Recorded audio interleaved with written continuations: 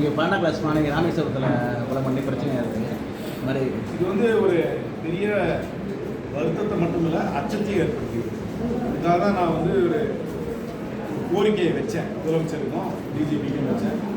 தமிழ்நாட்டில் வந்து ஒரு பெரிய போலீஸ் ஆப்ரேஷன், பெரிய போலீஸ் ஆப்ரேஷன்னா ஒரு சர்ச் அண்ட் ஆப்ரேஷன். ஒரு ராத்திரி வந்து டிக்கெட் போட்டு எந்த வெஹிக்கிள் மூவ் பண்ணாலும் எல்லாரோட ஐடி கார்டையும் கேட்டு வெரிஃபை பண்ணணும்.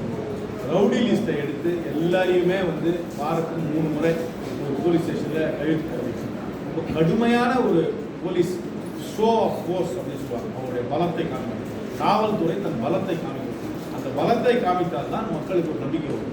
எல்லா ஸ்டேஷன்லையும் ரவுடி லிஸ்ட்டை எடுத்து அந்த ரவுடிகள் எல்லாம் லிஸ்ட்டை எடுத்து அவங்கள எல்லாம் வந்து வாரத்துக்கு 3 முறை ஸ்டேஷனில் வந்து கையெழுத்து போடணும். ராத்திரி செக் போஸ்ட் எல்லா இடத்துலையும் வச்சு எல்லா வெஹிக்கிளையும் நீங்கள் வந்து செக்கிங் பண்ணி ஐடென்டிஃபிகேஷன் செக் பண்ணணும். அதில் யாருக்கா சந்தேகமாக இருந்தால் உடனே அவங்களை வந்து கஸ்டடியில் எடுத்து அவர்களுடைய வெரிஃபிகேஷன் பண்ணி தான் அவங்க வெளியே வரும். ஒரு ஷோ ஆஃப் ஃபோர்ஸ் பண்ணாமல் இருந்தோம்னா இந்த மாதிரி தொடர்ச்சியாக நிகழ்ச்சிகள் நடந்து கொண்டு தான் இருக்கும். வந்து நிறுத்துறதுக்கு அவங்க அவுட் ஆஃப் த பாக்ஸாக இன்னொன்று இல்லை. நான் மீண்டும் சொல்கிறேன், தமிழ்நாட்டு காவல்துறை ஒரு ஷோ ஆஃப் ஃபோர்ஸ், கடுமையான ஷோ ஆஃப் ஃபோர்ஸ். ஒரு நாளைக்கு இல்லை, தொடர்ச்சியாக ஒரு 45, 50, 60 நாளைக்கு அப்படி பண்ணாங்கன்னா தான் இது வந்து ஒரு கட்டுப்பாட்டுக்குள்ளே வரும்னு நான்